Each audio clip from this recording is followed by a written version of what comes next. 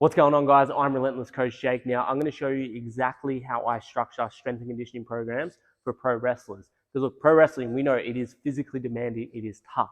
And I have two goals with pro wrestling, and that's to reduce risk of injury and also increase the physical components but improve performance. Because look, we want to be looking good, okay? We want to be performing at our highest level. So we want to be able to be explosive. We want to be strong. We want to be fast. We want to be athletic.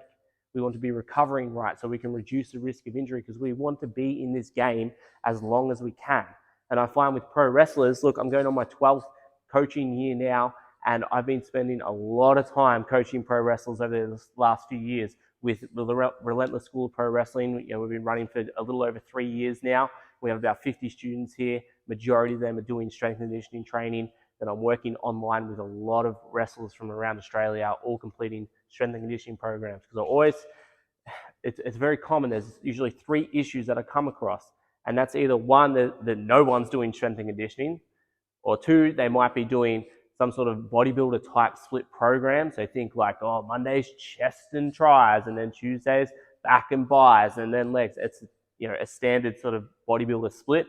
Or 3, there's just going in and just winging it every single time with no structure. So my goal is just to give you an inside look of what we do structure-wise and what works well, because we want to be training pro wrestlers like athletes that we are. Okay, that is my goal. We need to educate everyone on how to train like an athlete to get the most out of it, so we can be getting the most out of the time spent in the ring, increasing our performance, reducing our risk of injury, and being in this game as long as we can, because it is amazing. Okay, we want to be in this ring, we want to be wrestling as long as we can. So I'm going to go through a few structures that works well. It all depends on sort of how many days you can train a week and things like that. But the most common one, which I love, would be a lower, upper, lower, upper split. So like a 4-day split, and would normally run that like Monday, Tuesday, Wednesday off, then Thursday, Friday. But everyone's day is different with work and schedule, things like that. But in pro wrestling in Australia, we are mostly wrestling on like the weekends, okay? So Friday, Saturday nights. So I like to have the first day, the first training session, a max effort lower body session. Okay, so max effort lower body. So think like your heavy squats, heavy barbell movement, heavy squats, heavy deadlifts, heavy sled pushes. Now I do have indicator lifts that I use with pro wrestlers, which I will go over at the end. But we use the first day max effort lower body because it's most taxing, doing heavy squats, heavy deadlifts. So we want to have enough time to recover before we have to perform on the weekend. Okay, so our legs are going to be recovered when we get back here. Okay, then we normally go into like a max effort upper body session. So max lower, max effort upper. Get the 2 most important days out of the week first. Okay, and then a lower body, this will be more dynamic. So everyone's a little bit different. Some people need more strength. Some people need to be more explosive, more speed. So we will do things like sprints, box jumps, focusing on power development, speed development on those sessions, okay? With some sort of repetitive effort, lower body exercises, but it's not as taxing as this first day here. And then we'll go into like repetitive effort upper body. So think like your pump work, your bodybuilding style programs. But these 2 days, the repetitive effort and dynamic effort lower body and the upper body, complement these 2 max effort days to get you stronger, more explosive, okay? That would be like number 1. Number 2, again, depending on like your schedule, we might run like again, we could switch it around a little bit. We could even do like an upper, lower, upper. That usually works well if you only train sort of 3 days in the gym. So you might do a max effort upper, max effort lower, and then a repetitive effort upper, all your pump work, things like that, all accessory stuff to get you looking good under the lights. If you can only train 1 day a week, which I have a lot of clients doing that, so if you can do 1 day, you would sort of put that wherever you want in the week, but that will be a full body session, okay? Full body session. Now, these are the most, I guess, effective ways to train to get your strength and conditioning work in, okay? And conditioning, when you're wrestling in the ring, you're doing your drills, you're training, that's where you're getting your conditioning in. But if you do feel like you need extra conditioning that's not in the ring, might be because your body's a little bit beaten up and you need to do things that aren't like bumping around, running drills, things like that, then you can sort of do that within your days that you're doing, sort of after your strength work's done. But I'd only do that like once a week would work. Okay, they're the best three. So 4-day split here, a 3-day split, or even just a 1 day if you have to do that. 2-day, if you do 2-day, it'll be 2 full body sessions. That's how I do it. But I do get the question of, oh, what if I want to train 5 days a week, 6 days a week? You'd still go like that would be your foundation, upper, lower, upper, lower. I find that works very well. And on the other days you want to train, that's all accessory stuff. So thinking like training your arms, okay, getting some extra core work in, or any weak point areas, you can build those up so you are, if you have to get in the gym 5-6 days a week, that's how I'd structure that. But the main split is usually upper lower. Rather than splitting sort of muscle groups, I find this is much more effective, especially if life happens and you might miss a session here and there. You just want to make sure that you are covered. And if you're training like chest and tris and then something happens and you miss like your back, and then that happens each week and you haven't trained back in like 4 weeks. That's a common thing. So just making sure that everything's covered and you're making the most out of your time in the ring. Okay. Now, for indicator lifts, so I guess the most important lifts that you want to be doing, okay, I would have some sort of bench press. Okay, we use Swiss bar bench presses just to allow, look, we're all like internally rotated, we're texting on our phones, driving, everything, we're just sitting it. Everything's at the front of the body. So we're all internally rotated like this. Shoulders are pretty beat up from all the bumping, things like that. So using a Swiss bar neutral grip is usually what we use for bench press. But we'll do it like a bench press, some sort of floor press, an overhead press. What else have we got? So a pull up, put chin up in there as well. Pull up or chin up variation.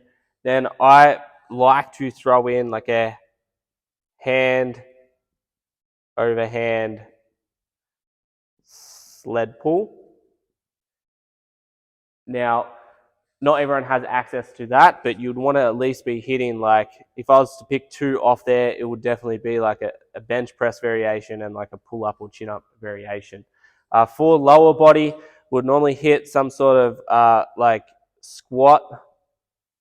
Now with squats, we would usually go for like a Zercher squat, has a great transfer effect over to pro wrestling, and also a safety bar squat, again for the same issue of the shoulders there.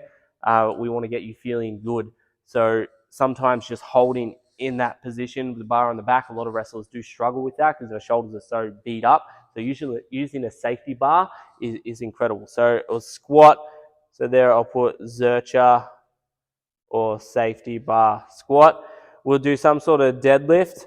Now, I like to use a trap bar because it limits the range of motion, so you don't have to lift to the floor unless you're going to be a powerlifter and want to complete.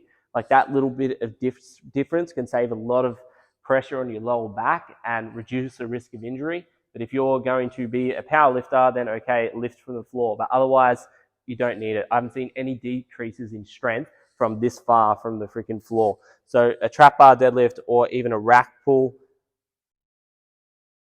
is a good one. And some sort of single leg exercise. So that could be like, we could do a sled, excuse my writing, a sled drag or even a sled pull. Okay, there's zero joint stress, no direct loading on the spine. So doing a sled drag, sled push is incredible to throw in. Especially if your knees are beat up or your lower back's beat up, you can't really load a barbell on your back, anything like that. A sled is fantastic. So single leg sleds are good, or some sort of like lunge variation. Now, I'm not talking about just body weight walking lunges. It will be heavy, like max effort load type for your single leg. So heavy reverse lunges, Bulgarian split squats, even normal split squats, changing the position of load, but training heavy, okay? These are like the indicator lifts that are used in programming for pro wrestlers. Not that we hit all of this in each week. We normally work through cycles of like 2 to 3 weeks, okay? So we might hit a bench press, okay, if we're doing max effort upper body, or use this just as an example because I could talk all day about the whole programming. But if we use bench press for an example, we might do, so it's a max effort upper body day. We might do bench pressing for 3 weeks, and we might hit, say, 5 sets, 5 reps week 1, 5 sets, 4 reps week 2, 5 sets, 3 reps week 3, and then we switch the exercise. So then we might go to like a floor press, okay, where we're limiting the range of motion, overloading the top part of the motion. Then we'll go through a floor press. We'll run that through 3 weeks. And then we might go to an overhead press after that.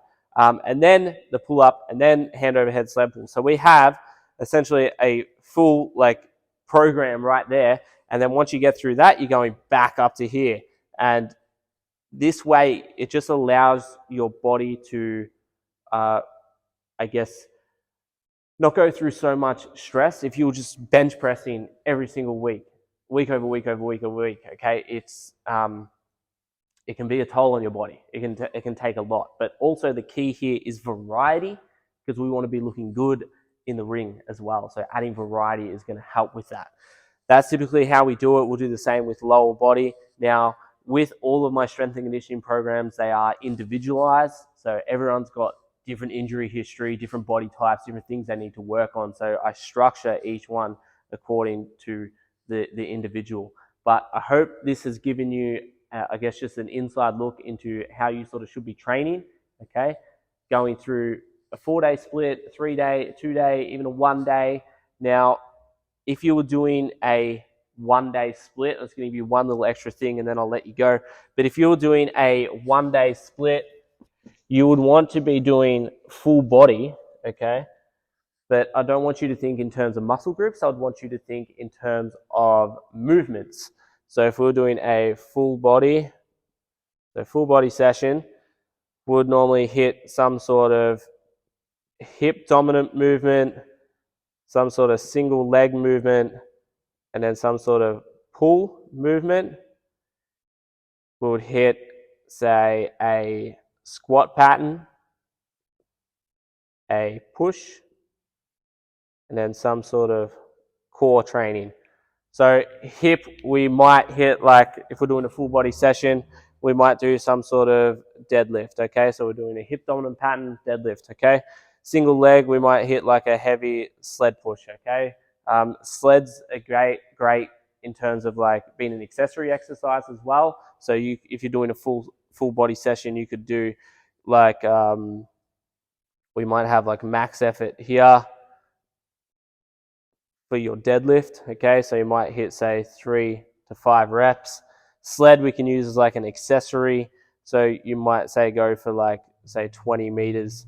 Or if you're doing a lunge, it could be like 8 to 12 reps, something like that. But it's more of an accessory, not a max effort exercise. Pull, again, we could make this an accessory exercise where we could hit sort of that 8 to 12 rep range.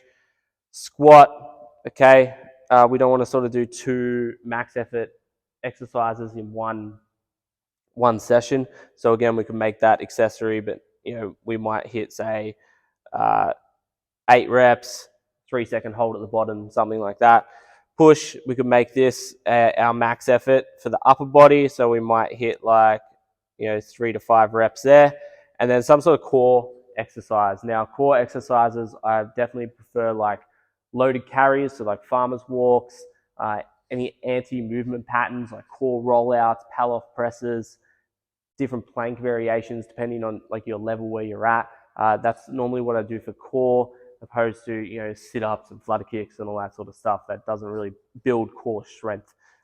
That's how I'd sort of structure a full body session, and there is 1,000 different variations where I could talk all day about this, but I hope this just gives you a bit of an inside look, some structure behind what you're currently doing. And if you're not currently doing anything, I highly suggest that you do. Now, with this as well, if you have any questions in how to structure it, or you want to work with us to write your strength and conditioning programs so you don't have to think about it, please get in touch, let me know. I'll be happy to help or answer any questions you have so we can help change the game and raise the standard in pro wrestling in Australia. Please reach out to me. Let me know what you think. I'm sure you might have a lot of questions. You just need help getting some templates. Let me know at Relentless Coach Jake. Get in touch, and I'll speak to you soon.